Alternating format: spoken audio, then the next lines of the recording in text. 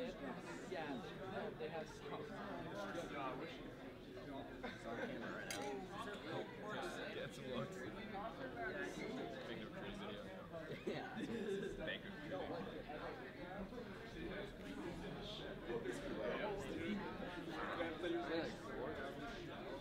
Over there.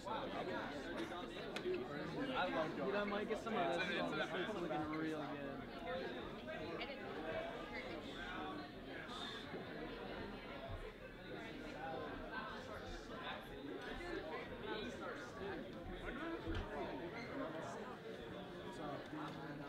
You have to start.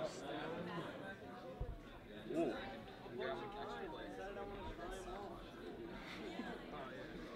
Get that thing out of my face.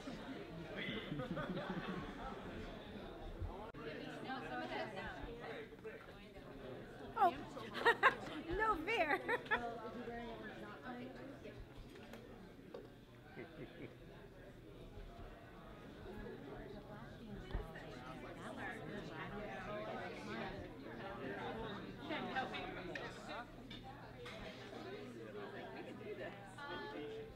Did you make your Fort Myers dress? I know. Who made that?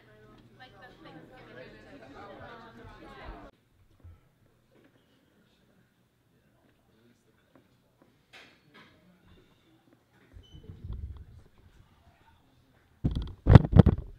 Okay, I don't even know where to start after that season. One of the statistics I thought I really enjoyed is that we got to play more hockey than anybody else. We played how many overtime? 9 overtime games, including the last one. So it's kind of like my golf game. Because I get to hit the ball more than anybody else. So it's kind of equating that. Probably doesn't fit here, but I thought about that. And to put it in perspective is probably one of the hardest things to do because it was such a phenomenal final game. It was also such a phenomenal season for these guys.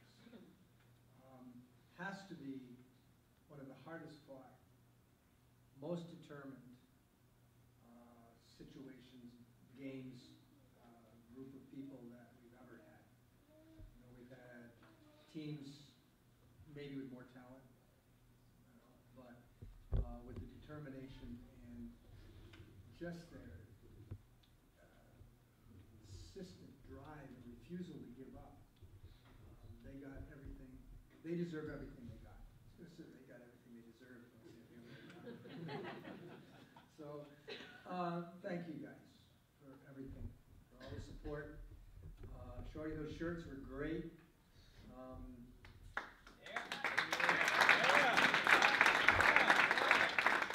know, and you guys, I think will tell you, I did say that after the second period at BFA.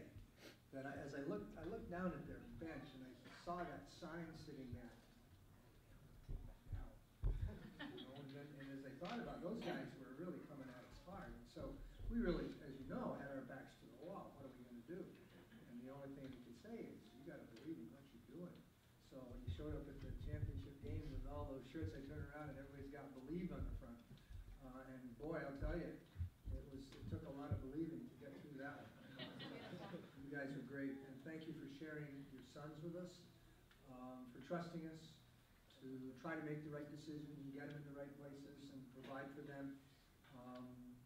And we as coaches appreciate everything you've done to help. And this banquet is great. And you know, I wish we could keep going. Maybe go to on the road, go to like Puerto Rico or I don't know, someplace warm where there's no snow and they have a rake. It was just a pretty phenomenal year. The coaches, Jay Parrott, who, by the way, if you don't know, is a new father again.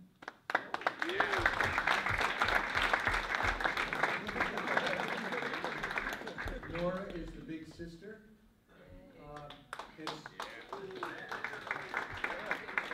Jay, am I correct? It's Lily May? Lillian May. That's Jay's middle name, I think. But for Kathleen to come to this championship game, boy, we had a staff on ready to go in case, that would have just. And I said to him, because she had the baby after the championship game and the banquet, I said, what great timing. And there was no overtime. And so he's here with Nora, and that's great. Coach Rich, for dedication, running 2 different programs, and we sort of battled over who was going to take the pucks out. Again, one of my superstitions, I bring him out, and if he's already brought him out, I'm kind of like, beat me again. But he did a lot of extra stuff behind the scenes, much, much appreciated. Coach Roy, great insight, a lot of youth. He can still skate with the kids. I think the last race might have been to Bard. Is that right? Remy. No. Oh, okay. We're not counting that one? False start? You only have one skate, man. Jumping guy. Okay. But, running the guidance department at the high school is no simple task. And so for him to jump out of that role and put on a different hat and come over and skate with us and help out, it was just great having him aboard this year. So much, much appreciated. Coaches and families, thank you so much. Also, athletic department, Jeff was so helpful in anything we needed. Noel and the ice time, he always found ice for us. Always took care of the ice.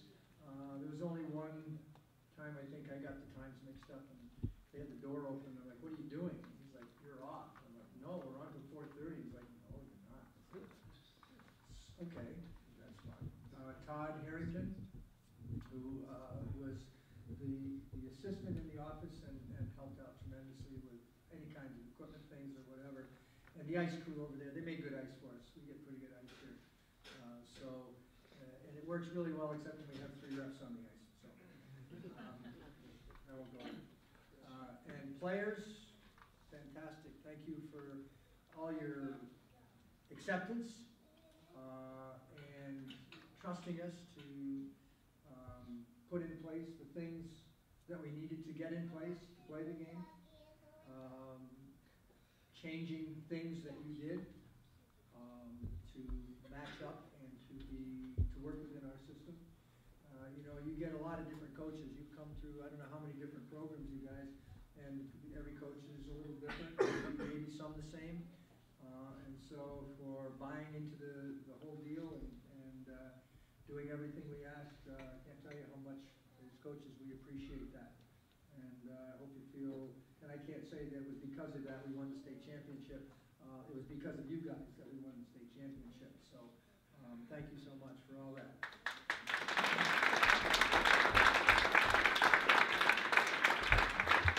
I'll ask these guys to step up and say a few words, and then I'll talk about the season, and we'll get these guys their just dues. So, Coach Jay, you want to, you good to go? Coming with it, bring it with it. And the first thing that she wanted to know was where was the bug, or Buzzy the Hornet.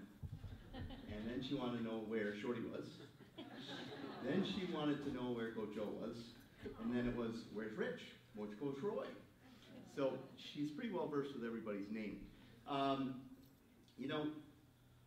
Coach, there's a lot of different things that have gone on in my 9 years of being here. And some of them superstitions that have started with coffee before each game, gum, cough drops, but one of them that we changed this year was speeches before the game. And usually, day before a game, we would skate the kids a little bit at the end and then have them lay down and start visualizing the next day's opponents and what their jobs were, etc. Well, that didn't work when we fought our 2, 3, 4 week sickness, where I showed up to practice one day and I had tweaked my neck, and it was, I think, 20 below, and so think we had 8 guys, 9 guys at practice. We're missing like 2. So We had 11. Coach Roy and I were talking, and I just said, you know, it's probably best, let's just get them out of here. And I think we were going to BFA, if I'm not mistaken. And so we didn't have them skate around and didn't have them lay on their backs. No, I'm sorry, before the Colchester game over there. So prior to that, I had them all sit down on the locker room floor before the game, put their heads back on the bench and talk to them. So Coach, we were successful over there, so Coach says, I kind of like that, let's keep doing that. So before the finals, there's 25 minutes on the clock, and there's a clock inside the locker room. So Coach starts talking, and I said, do you want me to go first? And in this new format of things, I was going first. No, I'll go. Well, we were going out at 15 minutes. He leaves me 3 minutes. And I said, well, that just threw off the whole superstition, threw everything off. So he took a whole bunch of time tonight too, so I was going to make mine real short. I counted them up today. I only counted 8 overtime games, but I did count 10 one-goal games. But the interesting part to this was 3 things that I thought of throughout the season was the New York trip. The coach from the second team that we played said to me after the game, I've never seen a team pass like that before. And some of the things that the kids were working on with the weighted pucks, we used to pull those out almost every day, and kind of made it where we did 3 different passing drills and switched them up throughout the year. So that started to pay off. And that was kind of nice to hear from another coach that he hadn't seen a team pass like that in years of coaching. Second thing was the timeouts. So I'm sure that everybody kind of sits and says, why aren't they calling a timeout? We need some rest. Well, when we played Colchester here, and it was 1-0, I believe, there was 3 minutes and 55 seconds left, and Coach Murray decides to call a timeout. And I said to the kids, I said, we're all over them. One's going to go in. You never call a timeout when you're winning. So 3 minutes and 5 seconds, somebody scores. I can't even remember who it was. I walked down. Was it Goody? Gaborio. So I walked down to Coach O and I said, see that? Within the minute. 55 seconds, and I told the kids a minute. How are you watching the clock right now, he says. So that's the timeout story from the bench, is that he would always look down at me and, are you ready to call one? If we were winning or we're tied, I always said, no, definitely don't call one. So throughout the year, the Colchester one, trying to think there was one other one, and it escaped me today when I was trying to find it. But during the finals, when South Burlington called their timeout with, I can't remember, 5-6 minutes left in the third, I said, yeah, there it is, they're all done. Well, we got to play some extra time. But the most important thing that I think that these guys did all year, and one of the things that we talked to them about a lot was the very first